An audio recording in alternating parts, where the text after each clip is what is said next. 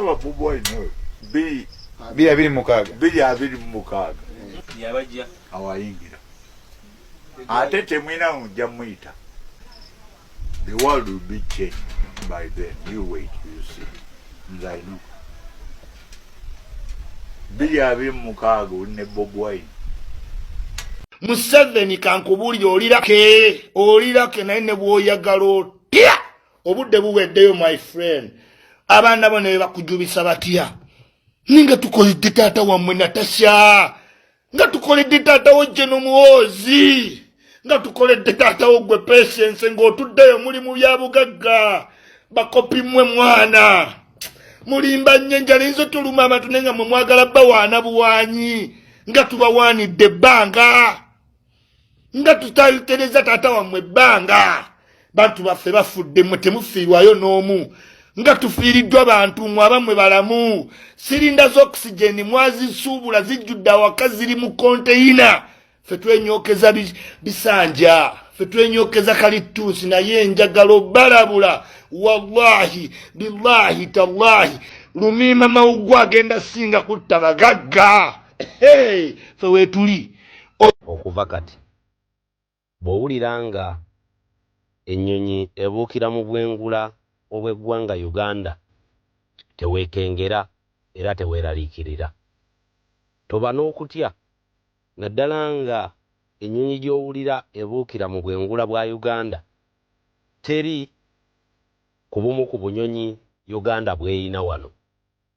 Omanyirawo nti kandiba akadde aka Uganda okununuka. Omanyirawo nti kandiba akadde ak'ebitongole ebirwanirira eddembe ly'obuntu okujja Kavube mutabani w'omumpembe Generaali Tibahaburwa. Olunaku olw'eggulo International Criminal Court yavuddeyo butereevu ne confirminga nga mutabani wa mwami Yoweri Kaguta Tibahaburwa bwe yabadde ayingidde nate mu bitabo byabwe ebyabawawaabirwa era ng'ono bamugatta ku file eyateekebwayo mu mwaka ogwa 2021 nga 8 January bannamateeka ba Robert Kyagulanyi Bobi Wine abawangaalira ebweru w'eggwanga lino omwali omukulu Bruce Afran ogatta ne Robert Amsterdam.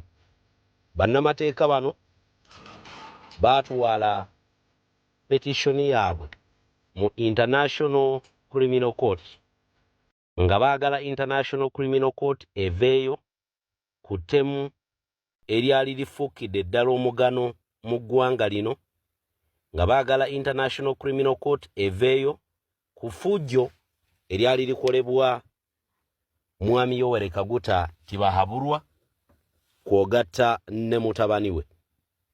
Olunaku lwaleero ku mikutu emitimbagano omukulu amanyikiddwa nga Jeffrey Smith avuddeyo naye n'akonfaminga nti komanda w'amagye mu Uganda era nga ye mutabani wa mwami Yoweri Kaguta Tibahaburwa due to credible allegations of torture, obukakafu obw'enkukunala, obukakafu obuwerekeddwako ne bwino obw'okutulugunya abali ku ludda oluvuganya gavumenti ya kitaawe kwogatta n'okubakwata nga takomye okwo agattako n'abamu okubawamba ne babulwako amayitire gaabwe nga bano abadetainingira mu torture chamber. Omukulu ono Jeffrey Smith akonfaminga nti petition efilingiddwa mu International Criminal Court dated 22 January omwaka 2026. Njagala ojjukire nti mu mwaka ogwa 2021 nga 8 January Robert Kyagulanyi Bobi Wine yafilinga petition ku mwami Yoweri Kaguta Tibahaburwa bajeno mu magye abawerako nga ne mutabani we mumutwalidde nga bano yali abavunaana olw'ebikolobero ebyakolebwa mu ggwanga nga muno mwe mwali n'okutirimbula abantu nga 18 ne 19 Novemba ow'omwaka 2020 kwogatta n'effujjo eryakolebwa mu budde bw'okulonda nga n'akadde k'okulonda tekannatuuka mu mwaka ogwa 2020. Impunity eyakolebwa mu kalulu aka 2020 nja kwatula mu lwatu nti yandibanga yali ntono kwene ekoleddwa mu 2025.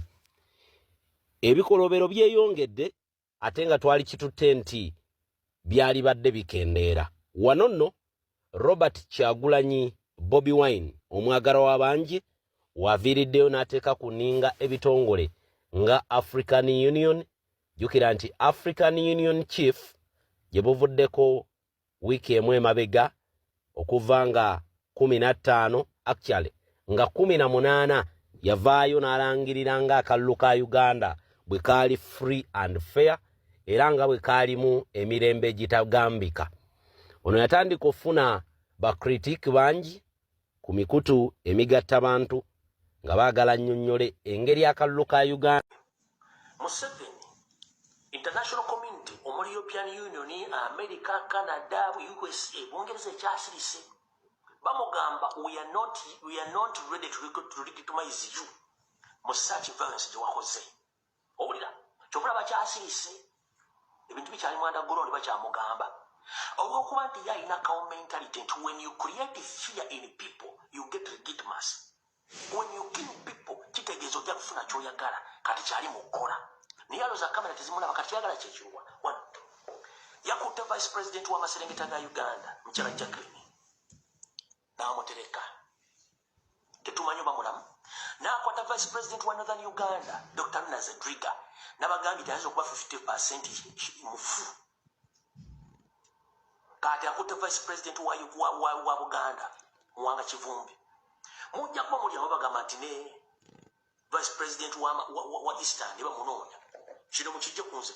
Mujja kubanga muli abaga nti ne vice president wa Eastern bamunoonya omukulu Nambeshi ne bamunoonya.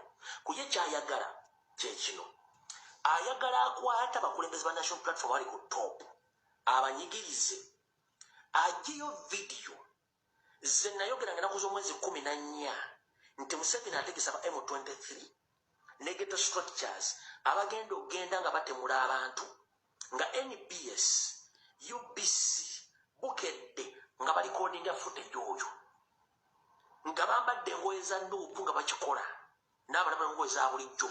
Kati wamala batuuseeyo gy'abali gye tomanyi essaawa zino alage footage oyo abagambo kyalina kye mugamba obujulizi mbulina obulaga nti mumwakola effujjo mu kulonda kuno ndiye. Kati either mukkiriza nti nawangudde oba mukkiriza ne muyita mukama wa Robert Kyagulanyi Ssentamu najja no ku mmeeza ne tuteesa biri ne tubireka nakkiriza nti nawangudde buli kimu ne kiggwa era ne mbasonyiwa. Yeddiiru eri mu ngalo za Museveni saazo gye baagala okukola. Yeddiiru Museveni ekimukwasiza Muwanga Kivumbi n'amuteeka omusango gw'ebijambiya. N'akwata Dr. Runa Zedriga ayinza okuba nga mufu. N'akwata deputy president wa Maserengeta. Kati sawa mbaga temwewuunya nga bagambye nti ne honorable Nambeshi ne bamunoonya teweewuunya. Ayagala legitimacy. Era akusinzira ku Solbange nti ayinza n'obbaga nti bwe temusobola kukkiriziganya nange mugenda kungenda basi bamayisa. Kubagala bo banoonye Kyagulanyi waali omukkiriza ajje mbw atugenda Museveni ku mmeeza. Museveni kasooka kugamba ekigambo kimu. Omugenzi Idi Amin Dada teyali musiru kujjawo okulonda.